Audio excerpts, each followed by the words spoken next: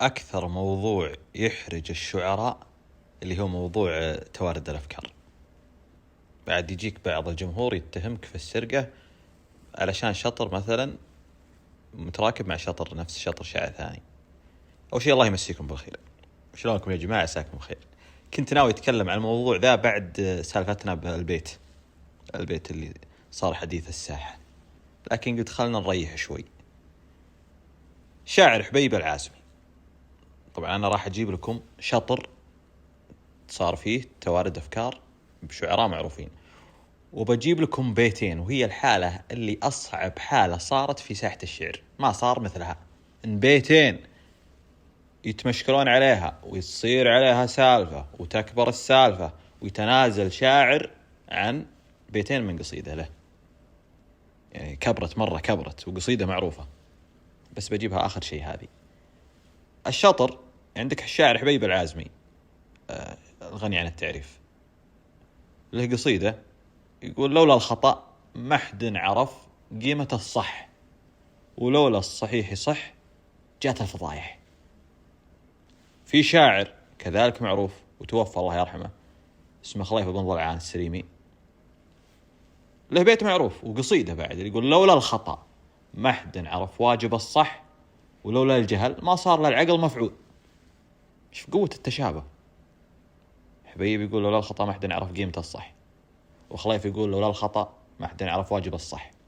واعتقد ان خليف قبل يعني متوفي قديم الله يرحمه.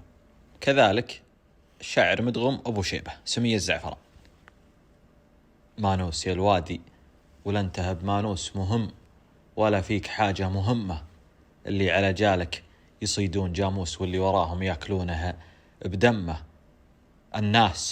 الناس نبت بروسها ريش طاووس، تفاخروا لين انكر العبد عمه، تنومسوا في شيء ما هو بناموس، مثل الصلاة اللي على غير يمه. هواش السريمي ابو عفريته، الشاعر هواش الله يرحمه، شو يقول راع الردى لا تجبرونا على الطيب، العبد ما له غير ما الله كتب له، أشهد شهادة حق مدح الردي عيب، مثل الصلاة اللي على غير قبله. كذلك هواش متوفي قديم الله يرحمه ويغفر له. فهنا يعني مدغم يقول مثل الصلاة اللي على غير يمه، وهواش مثل الصلاة اللي على غير قبله، وتعتبر تشابه بالفكرة وتشابه بالشطر، ولكن هذه من توارد الأفكار اللي تصير. لكن الموضوع الأعظم طبعا بيت كامل يصير فيه شبه. أنا بالنسبة لي رأيي الشخصي يا ماجد، بيت كامل وفكرة جديدة مثل فكرة لا إله إلا الله يا مرحبا باللي يغاب عنا غابة مرى الجنة وحنا ريجين، هذه أعتقد من النوادر أن يصير فيها توارد أفكار. يعني بالعربي هو الواحد، عاد شوف من هو هالواحد ذا.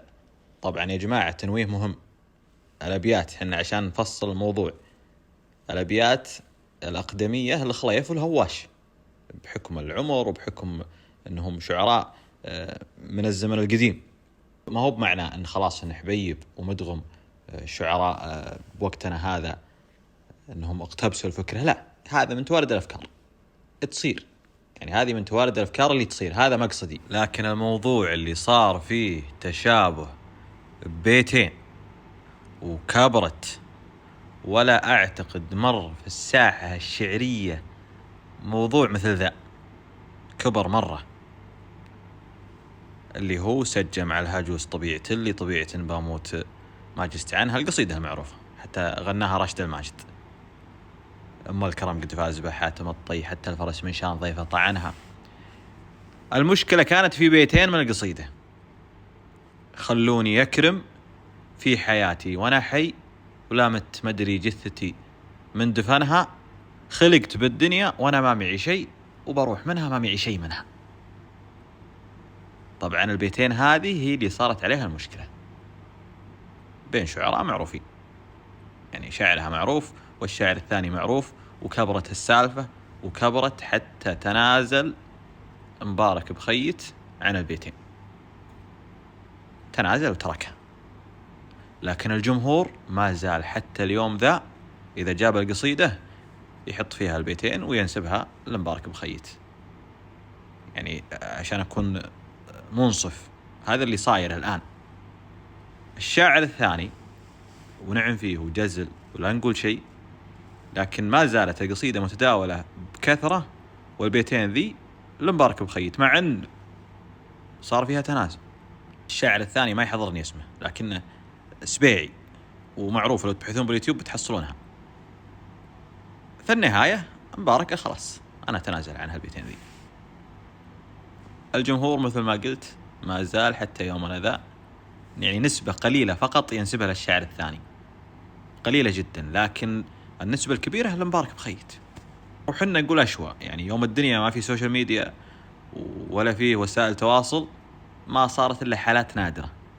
الآن صعب أنك تنسب شيء أن في أحد مثلا بياخذ شيء من شاعر ثاني، بيقومون عليك في السوشيال ميديا، ما راح يخلونك.